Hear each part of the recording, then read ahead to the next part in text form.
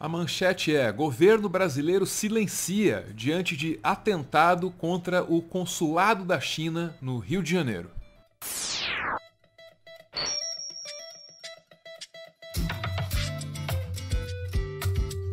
Aconteceu na noite do dia 16 de setembro de 2021. Um homem ainda não identificado atira um explosivo contra a sede do consulado da China no Rio de Janeiro.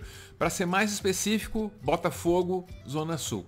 As imagens, gravadas pela câmera de segurança de um prédio próximo, mostram ali um cara no cantinho da tela preparando o explosivo. Aí não demora muito, ele atira o objeto na direção do consulado. Dá para ver uma explosão, aí na sequência a fumaça ali vai se espalhando.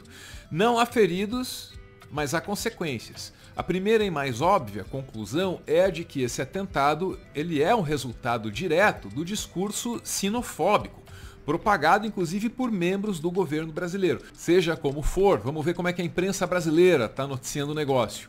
Homem lança explosivo contra consulado da China no Rio. Veja o vídeo. O vídeo a gente já viu, então vamos para o texto que é da Folha de São Paulo.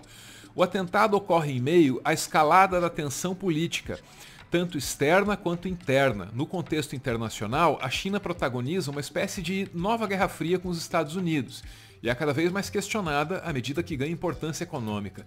No ambiente interno, há cada vez mais resistência por parte de alguns setores ao país asiático, governado pelo Partido Comunista, o que se reflete também em episódios de xenofobia.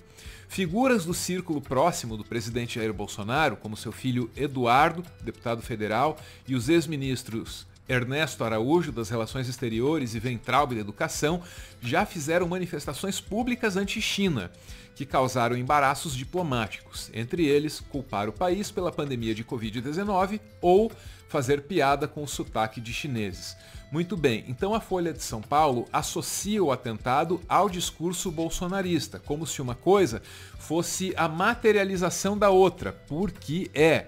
O Reinaldo Azevedo resumiu bem. Ataque ao consulado da China no Rio mostra que discursos de ódio podem ter consequências. Os malucos são estimulados a agir. A ideia de que palavras são inofensivas é falsa. Todo cuidado é pouco. Há dementes ainda dispostos a não aceitar o veredito das urnas no ano que vem.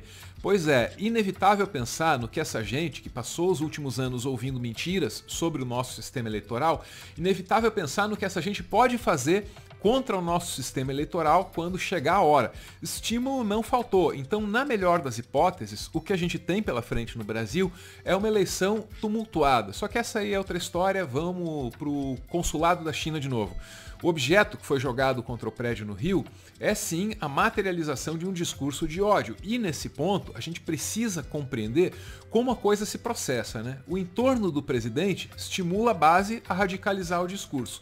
Então um ministro como o Weintraub, ou ex-ministro, ele se permite postar isso aqui, uma piada lá nas redes sociais dele. E piada, por favor, coloca aspas aí, né? Enfim, e se um ministro pode fazer isso, o que é que pode fazer um funcionário terceirizado do ministério lá da Damares? Esse aí já se permite falar em invadir a embaixada. Fique aí com o Renan Senna. Ele foi subordinado da Damares lá no ministério e estava aí prometendo invadir a embaixada da China no 7 de setembro. Só fazendo os vídeos, tranquilo. Eu sempre aviso os seguranças para não estressar. Já já a polícia vai estar aqui. Essa embaixada perniciosa aqui, ó. Esse câncer de todo mal do país, do mundo. Eles têm um projeto de dominação. Os caras estão tirando foto, me filmando, né? Bem mais bonitinho, né?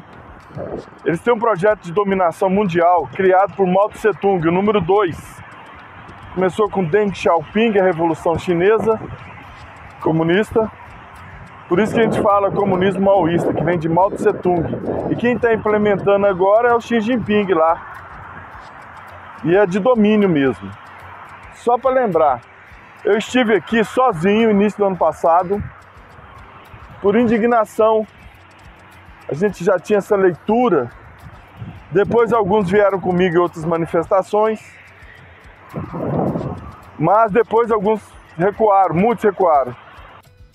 Tá entendendo? O cara acredita que está reagindo a um plano macabro de dominação global. Aliás, sobra teoria conspiratória aí nas redes bolsonaristas a respeito disso.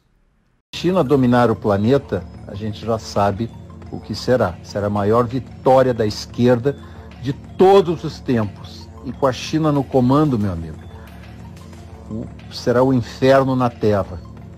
E o Brasil, por causa da sua capacidade de produção de grãos, a sua grande riqueza mineral, é o que a China precisa. Enfim, é porque acredita em coisas desse tipo que o Renan Senna grava videozinho lá na frente da embaixada. Mas o que é mais importante, estou aqui matando saudades, na verdade. Toda a nossa luta, que vai iniciar em 7 de setembro para salvar essa nação, se não expulsar o comunismo, o Partido Comunista Chinês, do país, não vai adiantar nada, porque ele já tem muitas partes judiciárias na mão e Congresso Nacional todo mundo vê.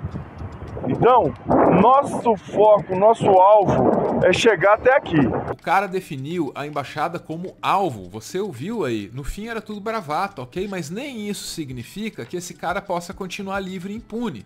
O episódio do Rio de Janeiro mostra isso.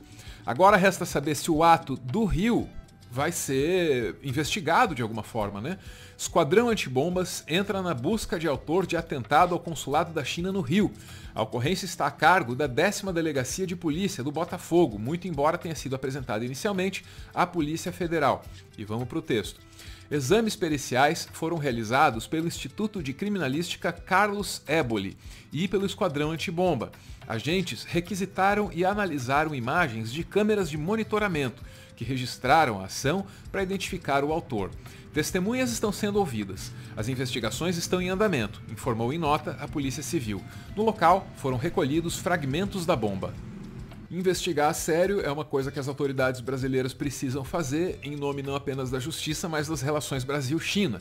Outra medida recomendável seria se manifestar, para deixar claro que a contraparte brasileira repudia ataques como esse. Mas não, o governo não fez nada e aí o que acontece? Sobra para a sociedade civil. OAB repudia ataque com explosivo ao consulado da China, agressão. E no texto, o Conselho Federal da Ordem dos Advogados do Brasil repudiou o ataque ao consulado da China no Rio de Janeiro na noite dessa quinta-feira. A nota de repúdio é subscrita pela Coordenação Nacional das Relações Brasil-China, Comissão Especial Brasil-ONU de Integração Jurídica e Diplomacia Cidadã e o Conselho Seccional da OAB Rio de Janeiro. E aí, mais adiante no texto, as entidades classificaram o episódio como uma agressão ao Estado chinês e lembraram os recentes ataques e ameaças xenofóbicas ao país asiático em razão da pandemia do novo coronavírus. Tais condutas são inadmissíveis e podem macular as relações diplomáticas entre o Brasil e a China, cuja parceria mostra-se profícua e extremamente importante para o desenvolvimento de ambos os países e para o estreitamento de laços respeitosos de amizade que ultrapassam os contextos culturais e econômicos, destaca a ordem no texto.